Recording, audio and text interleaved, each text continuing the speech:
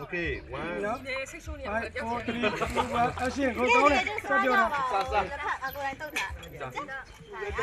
ငါနေပြီအာရပြီးကြအောင်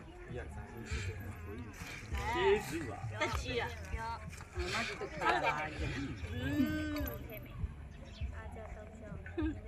ထားတော့ပါလားချက်ကြီး ရှာတတ်စားရင်မင်းတို့ပြောရင်မပေးဘူး အဲ့ရင်းနေတော့ကြောက်နည်းနည်းလေးတော့အေးမယ် ပေးလိုက်အောင်သားအလုံးမကန်ရော over price လို့ဖွဲ့ရတယ် ဒီနေ့ကနည်းနည်းလေးပဲထည့်လာတာနည်းနည်းလေးတော့ကြောက်စေတနာတိတ်မရှိဘူး